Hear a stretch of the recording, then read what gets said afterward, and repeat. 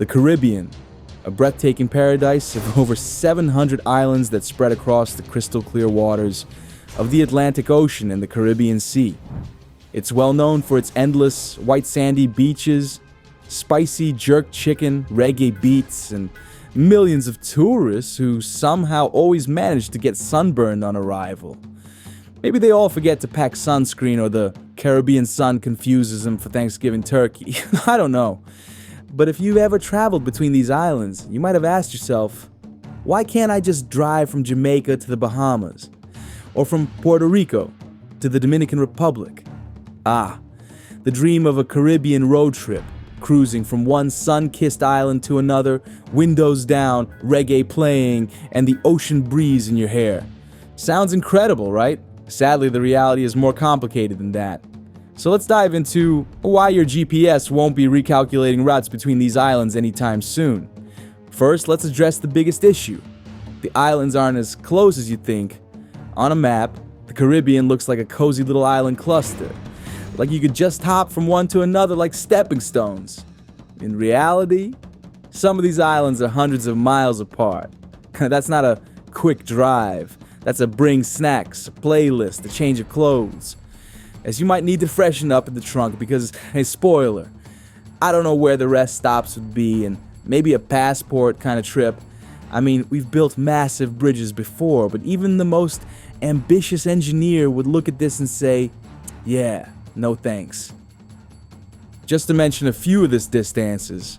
Number 1, Cuba to Jamaica, 237 miles. 2, Hispaniola to Puerto Rico, 80 miles. 3, Trinidad to Grenada, 90 miles. 4, Bahamas to Haiti, 500 miles. 5, Barbados to St. Vincent, 110 miles. For comparison, the Danyang Kunshan Grand Bridge in China is 102 miles, and it's the longest bridge in the world. Stretching across land and water, yes, this distance may be longer than some distances between the Caribbean islands, but at least some parts go through land, and in case you run out of gas or your car breaks down, you're likely to get help. On water? Well, I really hope you can swim. And let's assume we figure out the distance problem, because anyway, we have successfully built the overseas highway in Florida, which is 113 miles. All we need is a little more perseverance, and bam, we have it. We still have another problem, which is technically scarier. That is ocean depth. The Caribbean Sea is one of the deepest in the world, with some parts plunging over 25,000 feet deep.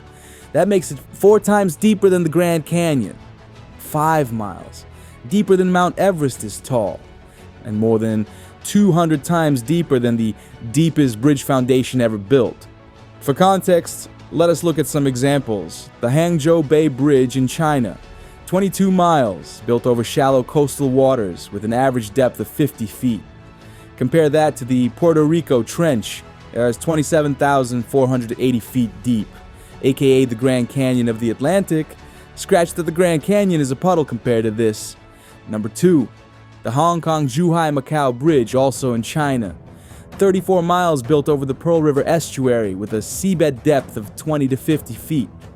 Not that deep in comparison, but engineers still needed to construct artificial islands and an underwater tunnel to manage the complex seabed. Imagine trying this in the Caribbean, where the seabed disappears into the abyss. At last but not least, we have the Lake Ponchet Causeway in the USA, 24 miles, built over a shallow lake, with depths averaging 12 to 16 feet. You could literally stand in some parts of the lake and keep the top few inches of your socks dry, unlike the Caribbean, where you'd sink faster than an ice cube in your favorite rum. As if the seabed isn't saying loud enough that it does not want us there. Let's talk about what actually goes on down there.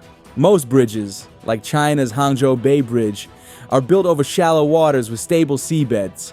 The Caribbean, it's an underwater disaster zone.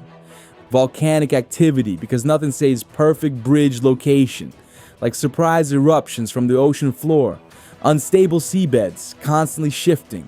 Building a bridge here would be like trying to build a house on Jello during an earthquake.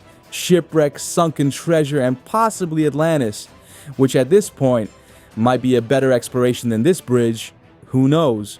We might find proof that the long-lost civilization existed Or even a group of confused mermaids wondering why humans keep trying to build things where they clearly don't belong. Oh, and don't forget underwater landslides, because yes, that's a thing. One small tremor, and your billion-dollar bridge becomes nothing more than an overpriced fish hangout. Still think a Caribbean bridge sounds like a good idea? Hang on tight, because it's about to be a rough ride. Let's talk weather. The Caribbean, I hate to break it to you, is basically a VIP section for the world's most violent storms. For example, Hurricane Irma struck in 2017 as a Category 5 hurricane at wind speeds of 185 miles per hour. It destroyed 95% of Barbuda, leaving it uninhabitable with over $136 million in damages. If a bridge had been there, it would have been torn apart and sent flying into the Atlantic like confetti. And then we have Hurricane Maria that struck in 2017 as a Category 4 hurricane at wind speeds of 175 miles per hour. It left Puerto Rico in darkness for nearly a year and caused nearly $91.6 billion in damages, making it one of the costliest hurricanes in U.S. history.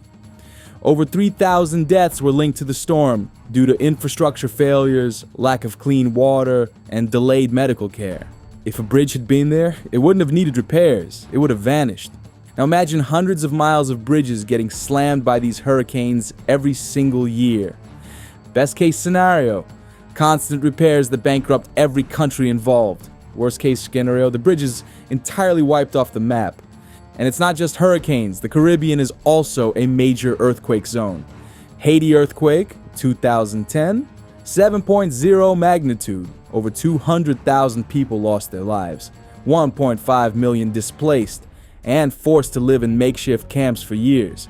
The damages amounted to more than $14 billion, equivalent to nearly 120% of Haiti's GDP at the time, setting the country back decades in development. Puerto Rico earthquake, 2020. 6.4 magnitude damaged thousands of buildings. Hundreds of thousands lost power and many had no access to clean water for weeks. Earthquakes shake the ocean floor, causing tsunamis, shifting seabeds, and cracks in infrastructure. A Caribbean bridge wouldn't just have traffic jams, it would have earthquakes trying to snap it in half. Let's say we ignore all the danger and build this thing anyway. How much would it cost? The Hong Kong Juhai Macau bridge, only 34 miles long, cost $20 billion. Now let's do some rough math. A Cuba to Jamaica bridge of 237 miles could easily cost over $300 billion. A Caribbean-wide bridge network, likely over $1 trillion. Who's paying for this? The Caribbean nations. Some of them don't even have highways on land yet. The US? They can't even afford to fix potholes. Private investors? Billionaires like Jeff Bezos and Elon Musk, who would probably call it Tesla Water Road, love crazy ideas, but a bridge through Hurricane Alley? Probably not. And even if we magically found the money, tolls would be insane. Want to drive from Barbados to Jamaica? That'll be $5,000, please. At that point, just take a $200 flight and call it a day.